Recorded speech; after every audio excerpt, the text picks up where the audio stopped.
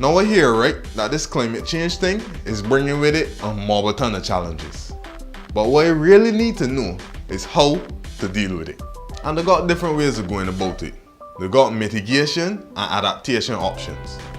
But them words long like the bank line on a Friday. And the only people that know what them words mean is scientists that's read the dictionary for fun. So let me break this down together. Mitigation. That's like when you eat healthy, take your vitamins, get enough exercise to make sure that your immune system's strong and your body perking to cope with any diseases and to deal with the wear and tear of life. This is, preventative measures, where we try to hit right at the source of climate change. We're talking about the reduction or even elimination of greenhouse gas emissions.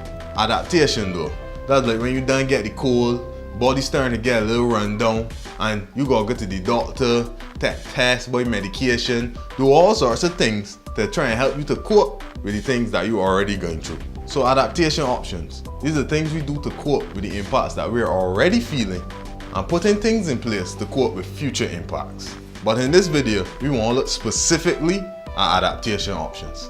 Here are some of the options. To deal with the destructive erosion associated with sea level rise, we can use stricter enforcement of town planning regulations like what's found in the Coastal Zone Management Act.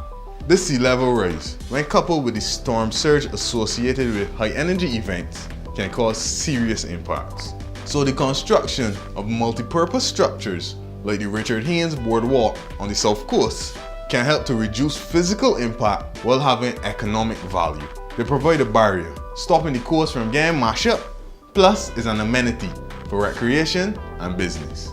Businesses set up there, people go walk up and down, get exercise, it's good for everybody.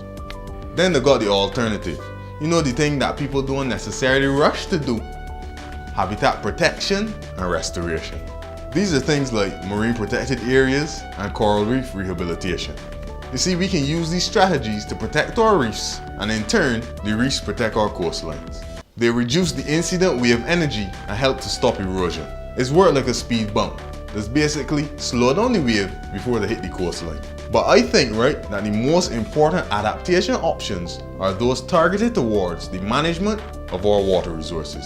Now I know, that the predictions for reduced rainfall can have a big impact on our available water resources. And we're feeling it already.